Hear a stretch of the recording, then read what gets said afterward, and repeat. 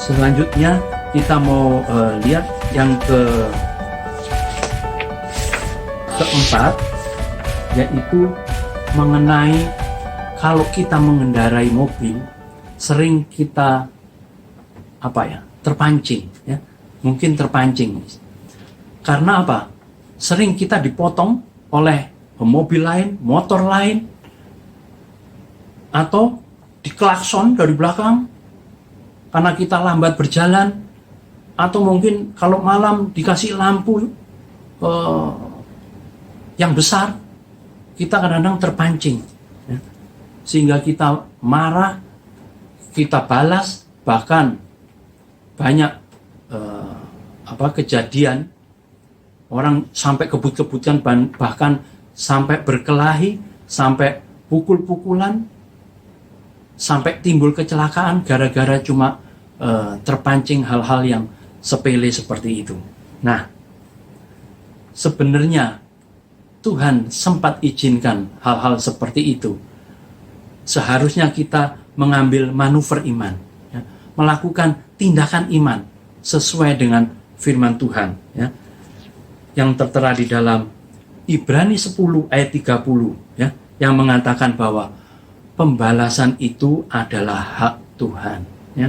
Dan juga di dalam Roma 12 ayat 19 sampai 21, di situ dikatakan juga bahwa jangan kamu sendiri yang membalas, karena pembalasan itu adalah hak Tuhan.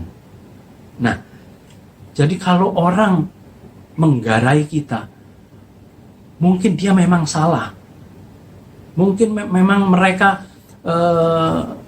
memang menyerobot jalan kita. Kita dilatih untuk mempraktekkan, mengambil manuver iman sesuai dengan ayat ini, ya. Jangan sampai kita terpancing gara-gara emosi, ya, gara-gara perasaan kita atau harga diri kita, ya, atau kesombongan kita, atau hak kita, atau seolah-olah kepentingan kita, ya, yang dirugikan. Nah, mari kita belajar untuk lulus dalam hal ini, ya. Memang tidak semua dalam mobil, ya. Kalau dalam mobil saya kadang-kadang memang masih belum lulus, ya. Kadang-kadang masih bisa emosi, bisa terpancing. Walaupun makin lama kita belajar untuk menang, ya, untuk bisa menang terus. Tetapi terpancing itu bukan cuma dalam hal mobil, tetapi di dalam segala perbuatan keseharian kita, interaksi kita dengan orang-orang, mungkin dalam keluarga, suami istri, ibu dan anak, ibu dan mertua, ya, itu bisa terpancing. Yang jadi masalah adalah selalu alasannya adalah kenapa kok kita terpancing? Karena kita tahu, kita anggap memang mobil itu yang nyerobot, mobil itu yang motong, suami kita itu yang tidak benar, suami kita melakukan hal-hal yang tidak sesuai firman Tuhan, bahkan menyakiti kita. Jadi memang ada alasan untuk kita tidak mengambil manuver iman. Kita mempertahankan posisi kita, mempertahankan arah kita, ketabrak ya ketabrak aja istilahnya. Karena kamu yang salah, ya. Di luar negeri saya dengar kalau di perempatan begitu, kata anak saya, kalau kita salah, mereka kadang-kadang sengaja ditabrak karena mereka menganggap yang jalan duluan itu salah, ya, di perempatan itu. Nggak apa-apa, nanti urusan asuransi, ya, tapi untuk membeli pelajaran. Nah, jangan kita sampai seperti itu, tetapi mari kita justru memakai hal-hal seperti itu untuk kita berlatih mengendalikan diri, ya.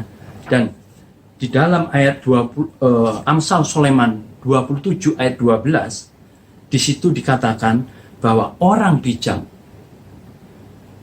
begitu melihat malapetaka atau sesuatu yang buruk, maka dia akan bersembunyi, ya, dan tidak mengalami kecelakaan. Tetapi orang yang bodoh tetap berjalan dan akhirnya celaka. Firman Tuhan sudah menasihatkan itu. Intinya apa? Supaya kita mulai belajar mengendalikan diri itu mulai dari, karena kita sering jatuh, sering terpancing, kita coba melihat penyebabnya itu sejak dini. Begitu melihat malapetaka, hal yang tidak baik, langsung bersembunyi. Jangan ditunggu setelah sudah potong-potongan, ya, sudah kebut-kebutan, sudah klakson-klaksonan. Nah, makin lama saudara mengambil manuver, ya, untuk menghindari terjadinya kesalahan yang saudara akan ambil, itu makin susah. Seperti saudara mencabut satu benih yang kalau baru 1 senti itu nyabutnya gampang.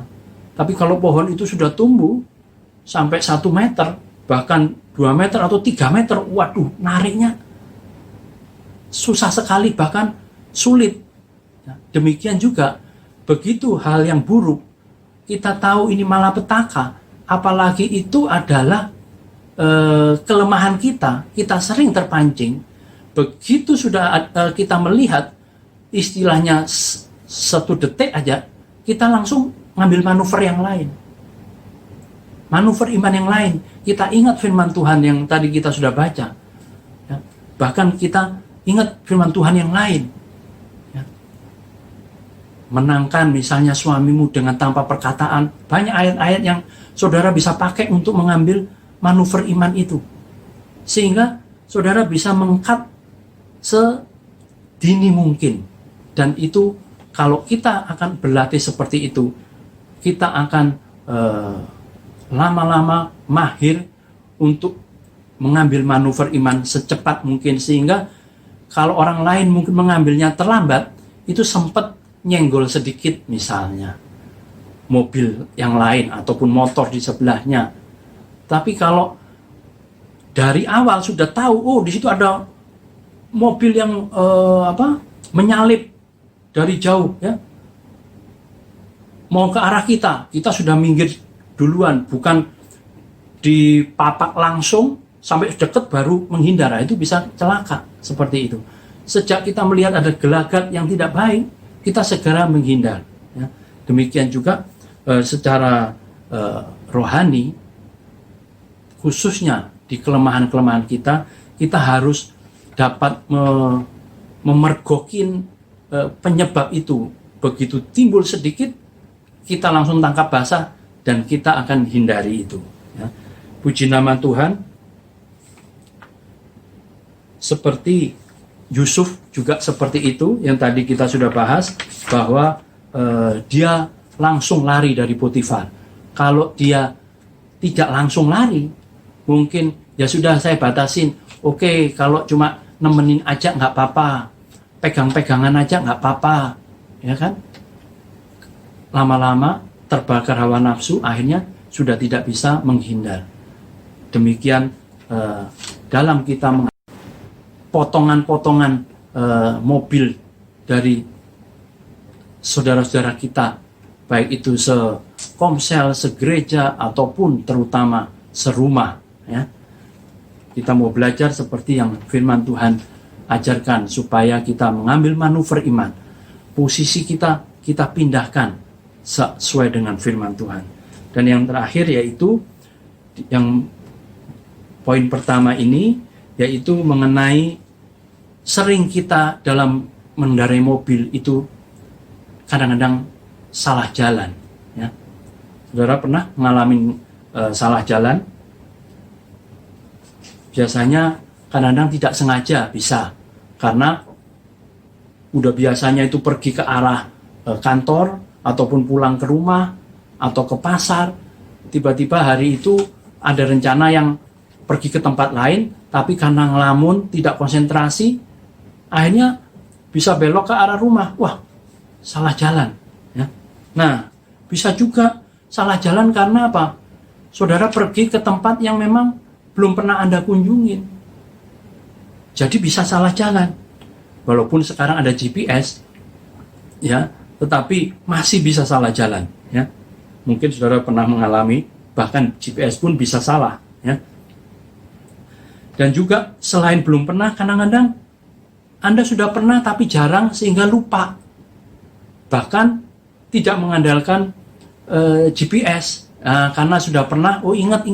Nah, GPS juga perlu dipakai ya, karena itu fasilitas teknologi yang membantu sekali. Dan GPS itu sebenarnya kalau tidak pernah salah, itu justru mirip seperti Tuhan. Dia itu bisa mengarahkan kita yang paling efisien, yang paling cepat, ya kan, sampai ke tujuan. Kalau ada macet di tengah jalan, walaupun itu jalan rutin yang kita yang lalui, tapi saya selalu 90% percaya GPS. Jadi kalau mestinya jalan situ dekat, tapi kok nggak disuruh situ, ini pasti ada sesuatu. Saya percaya itu, saya ikutin, tidak mengikuti jalan yang biasa saya laluin, dan ternyata benar juga. Ya. Nah, itu mengenai salah jalan. Ya. Kadang-kadang salah jalan juga karena kita mengikuti petunjuk orang. Kita tidak tahu daerah itu, tanya orang, oh di sana, oh nanti belokan kedua belok kanan, habis itu belokan kedua belok kiri, ya kan? Kita ikutin ternyata salah. Kita pun juga di dalam kehidupan ini sering mengikuti, bukan mengikuti firman Tuhan, tetapi kita mengikuti pendapat orang, ya. Kata ahli, kata guru, kata motivator, kata orang yang konglomerat yang sudah berhasil di bisnis, ya, bukan mengikuti Tuhan, mengikuti firman Tuhan. Cara-cara bisnis yang kotor diikutin karena mereka menunjukkan keberhasilan dengan cara-cara itu. Ya. Nah, mari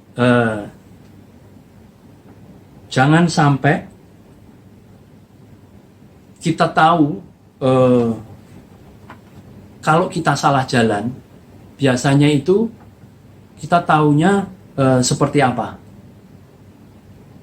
Taunya kita salah jalan, biasanya salah satunya bisa karena lingkungannya kok nggak seperti yang kita ketahui kalau pernah ke daerah itu, atau kok nggak sama seperti yang disampaikan oleh orang yang menyuruh kita ke sana. Misalnya, oh nanti di daerah itu ada Indomaret ya, habis itu ini nih, oh ini kok nggak ketemu, kok nggak apa, oh nanti ada gapuranya, oh kok nggak, oh jalannya nanti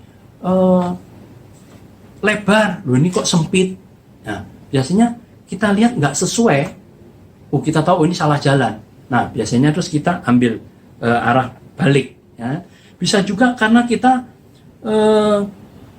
lama, katanya di sana, tapi kita pergi ke sana nggak nyampe-nyampe. Nah, kita mulai ragu-ragu, ini jangan salah jalan ini. Ya. Nah, yang satu lagi mungkin kita melihat, ini jalannya ini sudah nggak bener ini. Tadinya aspal, sekarang kok sudah nggak ada aspalnya, berbatu-batu, bahkan ini kok kayak orang mau masuk hutan misalnya. Nah, kita tahu, ini salah jalan. Nah, begitu juga dalam kehidupan kita. Kadang-kadang kita nggak sadar kita sudah salah jalan, tetapi biarlah kita juga langsung segera menyadarin kalau kita salah jalan.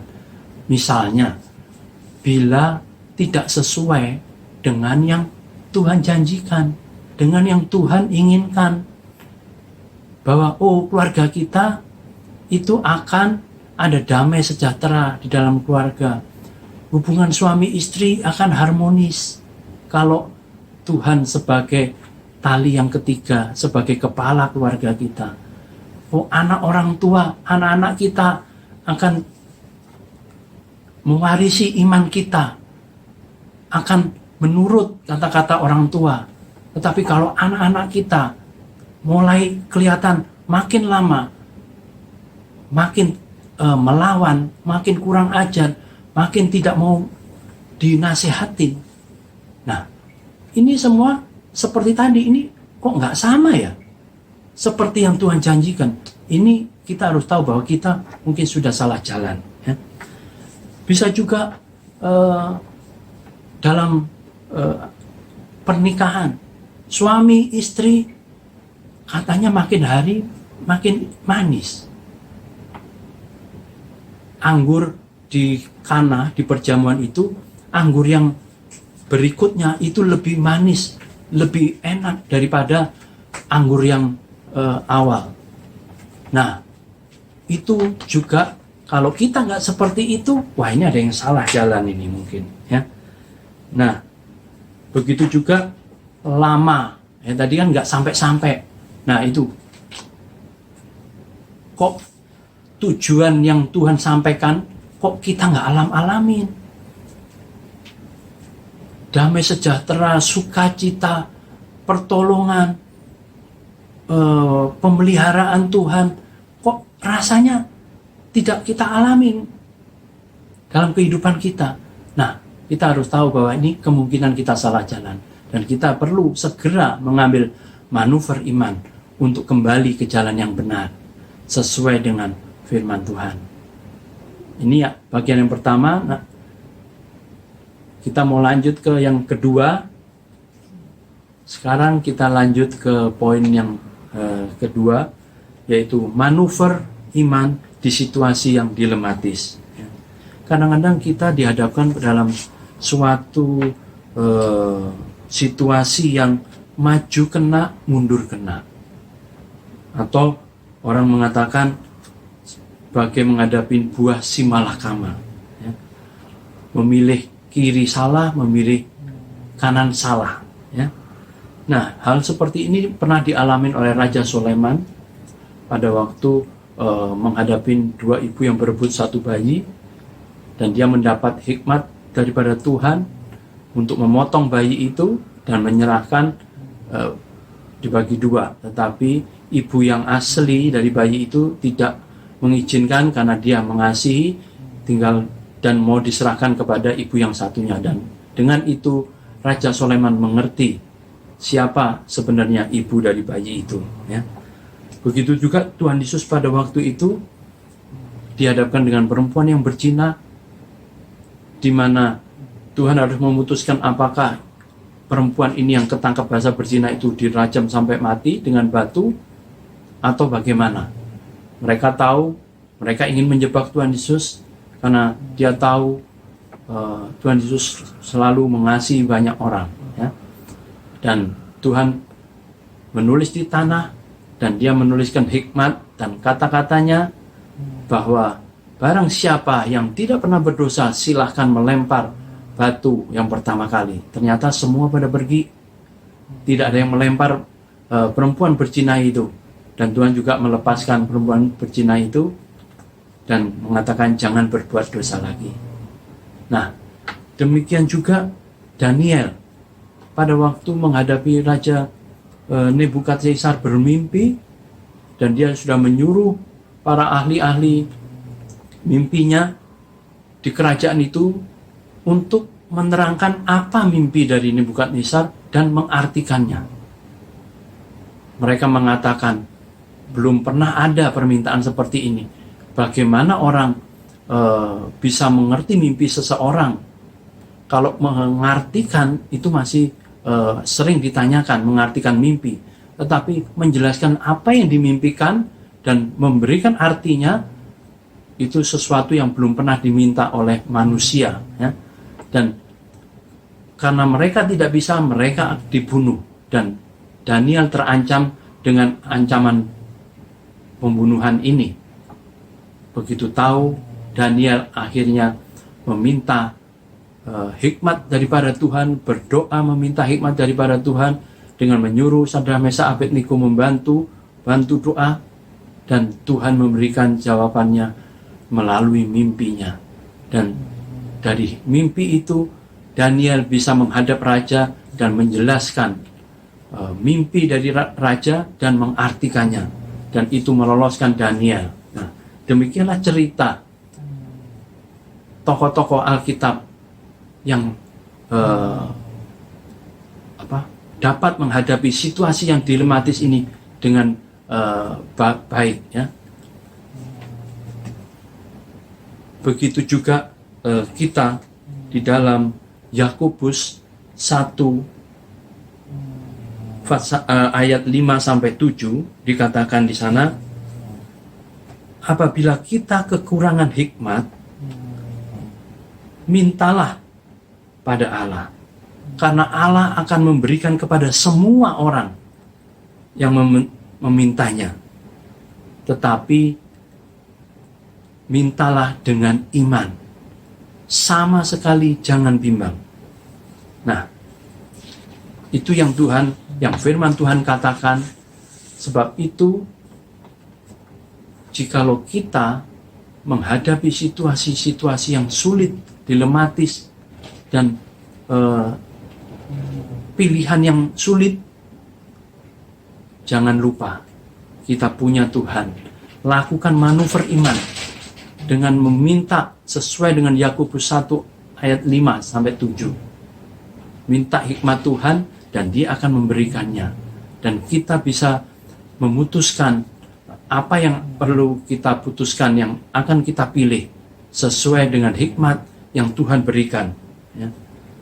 Jadi di poin yang kedua ini, kata kuncinya adalah hikmat, ya. Pernah saya juga mengalami satu hal yang sulit waktu istri saya hamil yang kedua, tetapi mengalami kena rubella pada minggu pertama, minggu kedua kehamilannya, dan dokter mengatakan harus digugurkan karena ini berbahaya pada awal kehamilan dan bisa membuat anak ini cacat pada pembentukan organ-organ tubuh yang penting pada awal-awal kehamilan. Nah, pada saat itu saya tahu firman Tuhan tidak mengizinkan, bahkan saya pernah mengajarkan hal-hal seperti itu. Tetapi pada waktu menghadapi hal seperti ini, kalau diloloskan, kita lanjutkan, kita takut terjadi cacat, ya, buat anak kita. Tapi kalau digugurkan, saya bersalah, kita bersalah kepada Tuhan. Nah, di situ saya berdoa 3 hari, dari pagi sampai malam bersama istri saya. Akhirnya Tuhan memberikan hikmat melalui satu penglihatan bahwa bila anak itu lahir cacat pun, Tuhan akan pakai untuk berkhotbah di banyak orang, menginjil di banyak orang, bersaksi, ya, dengan kecacatannya itu menjadi berkat buat banyak orang. Begitu saya melihat penglihatan itu, langsung saya bicara dengan istri saya untuk melanjutkan, dan istri saya juga mendapat peneguhan seperti itu juga, dan akhirnya kita lanjutkan, dan Tuhan sendiri yang bertindak.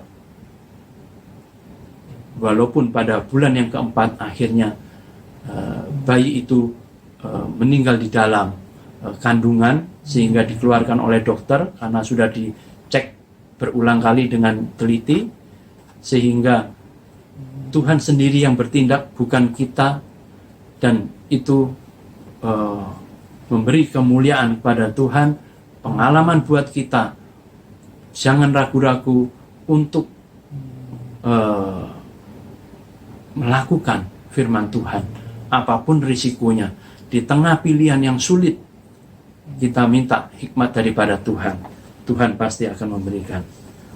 Nah, poin yang ketiga yaitu manuver iman di dalam menghadapi tantangan. Tantangan itu adalah suatu hal yang seharusnya bila itu diterima, tidak diterima maksud saya, itu tidak merubah apa-apa dalam kehidupan kita, ya. Tetapi kalau diterima, itu bisa mendapatkan hasil sesuai dengan tujuan kita menerima tantangan tersebut. Tetapi kalau kita tidak menerima, sebenarnya kita tetap berada di kondisi yang sebelumnya kita berada, ya. Nah, jadi pada waktu kita menghadapi tantangan, itu yang diperlukan adalah apakah kita berani, ya, untuk berkorban. Selanjutnya yang ketiga, kita masuk dalam manuver iman dalam menghadapi tantangan. Tantangan itu pada waktu menghampiri kita, itu bukan merupakan suatu ancaman pada saat datang kepada kita. Karena kalaupun kita tidak menerimanya, maka keadaan atau posisi kita tidak berubah apa-apa, ya.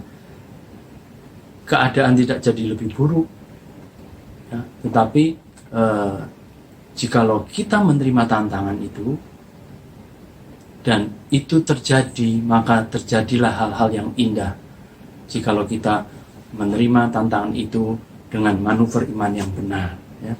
Dan itu sudah terjadi beberapa kali dan banyak sekali contohnya di dalam Alkitab, seperti pada waktu Abraham diberi tantangan oleh Tuhan untuk keluar dari Ur Kasdim, ya, ke tempat yang nanti Tuhan akan tunjukkan.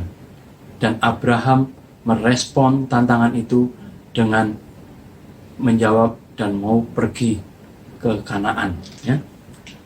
Dan dia boleh melihat janji-janji Tuhan kepada dia, kepada keturunannya, begitu luar biasa. Dimulai dari penerimaan satu tantangan, ya. Itu ada di dalam Kejadian 12 ayat 1, ya. Kemudian pada waktu Daud menerima tantangan Goliat, ya, di dalam 1 Samuel 17 ayat 25, 26 dan 32 dan selanjutnya. Daud sebenarnya tidak perlu menerima tantangan karena dia tidak anggota pasukan Israel pada waktu itu karena masih muda. Tetapi begitu dia mendengar Goliat menjelek-jelekan nama Tuhan, menghina, menghujat nama Allah yang dia sembah, dia mulai tertantang. Dan dia menerima tantangan itu, dan akhirnya Goliat yang seluruh orang Israel tidak berani menghadapinya, hanya Daud sendiri yang masih muda, yang bukan anggota pasukan Israel, justru mengalahkannya dengan nama Tuhan. Itulah hasil seseorang yang menerima tantangan dengan benar. Dia melakukan manuver iman, ya, di dalam menghadapi tantangan tersebut. Tetapi juga ada yang lain, yaitu janda Sarfat, ya. Pada waktu Elia datang kepadanya, dia cuma punya segenggam tepung dalam tempayan dan sedikit buli-buli minyak dalam buli-buli yang untuk makan dia dan anaknya untuk satu kali makan, habis itu dia mati. Dan itu yang diminta oleh Elia, supaya memasakkan, memberikan air minum kepada Elia dan membuatkan roti untuk Elia lebih dulu, baru untuk mereka dan anaknya. Nanti Elia mengatakan bahwa itu tidak akan habis, ya, buli-buli itu sampai masa kelaparan itu lewat. Dan janda Sarfat itu menerima tantangan itu, dan dia melakukannya, membuatkan roti dan memberi minum pada Elia lebih dulu. Dan ternyata dia mengalami mujizat daripada Tuhan. Nah, itu contoh orang-orang yang menerima tantangan dengan melakukan manuver iman yang benar. Tetapi ada contoh yang tidak melakukan manuver iman yang benar dengan adanya tantangan daripada Tuhan, yaitu di dalam Lukas 18 ayat 22 sampai 23, di situ ada seorang muda yang menghadap Tuhan Yesus, yang menanyakan apa lagi yang harus dia kerjakan, karena dia sudah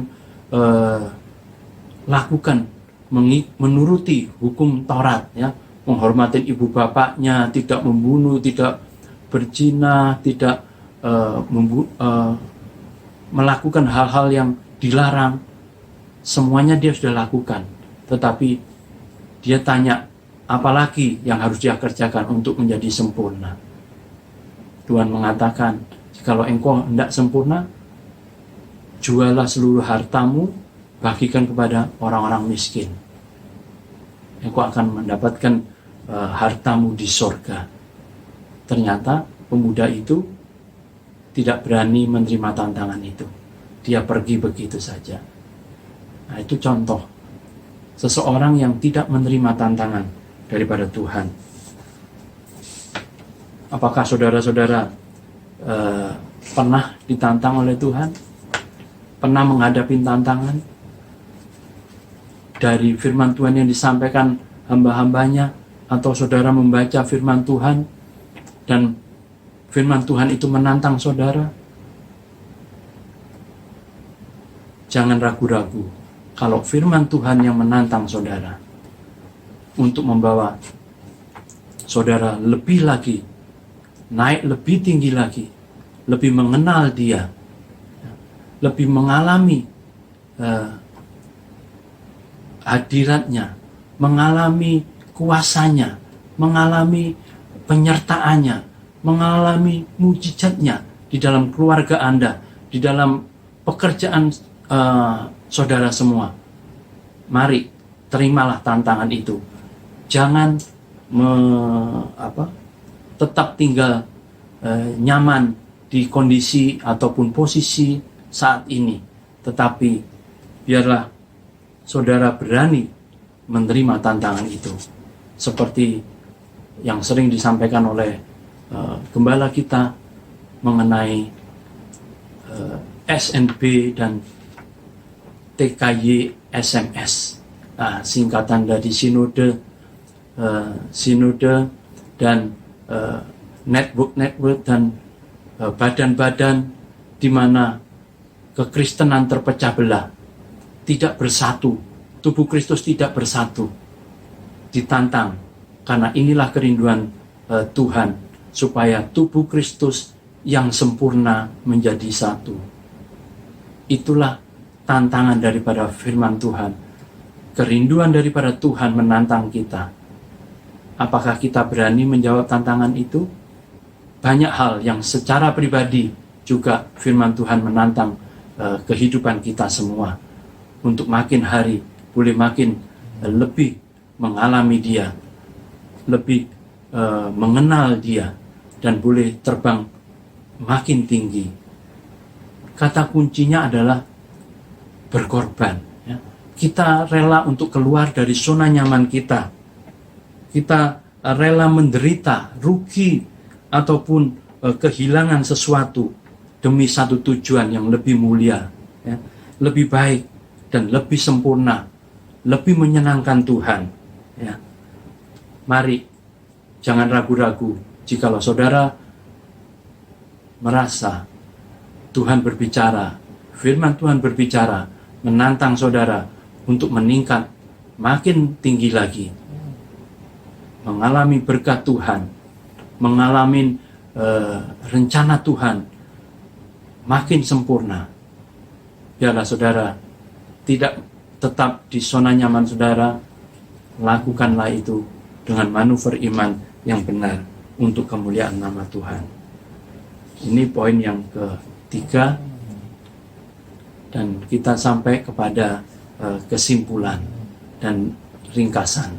Sebagai kesimpulan atau ringkasan pembelajaran Alkitab pada pagi hari ini, pada hari ini kita sudah belajar bersama tentang bagaimana kita melakukan manuver iman dalam segala situasi maupun kondisi yang kita hadapi, ya.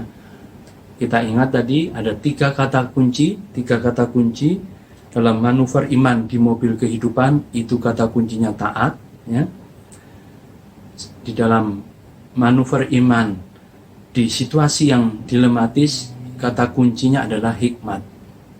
Dan dalam manuver iman dalam menghadapi tantangan, kata kuncinya adalah berkorban, ya. Nah, kita tahu selama kita hidup di dunia ini, penderitaan yang kita alami tidak dapat dibandingkan dengan kemuliaan yang akan dinyatakan kepada kita nanti di surga. Roma 8 ayat 18. Dan ingat, waktu kita, setiap orang tidak ada yang tahu. Beberapa hari yang lalu teman saya satu kelas SMA meninggal umur 60 tahun. Duduk di sofa di depan TV, baru bangun tidur, tiba-tiba dibangunkan sudah tidak ada, ya. Jam kehidupan kita hanya diputar sekali. Sebab itu, biarlah seluruh rencana Allah boleh terjadi pada diri kita, melalui diri kita, agar kita boleh menjalankan kehidupan kita sesuai dengan rencana Tuhan dan memberkati banyak orang. Amin. Tuhan memberkati. Selamat pagi.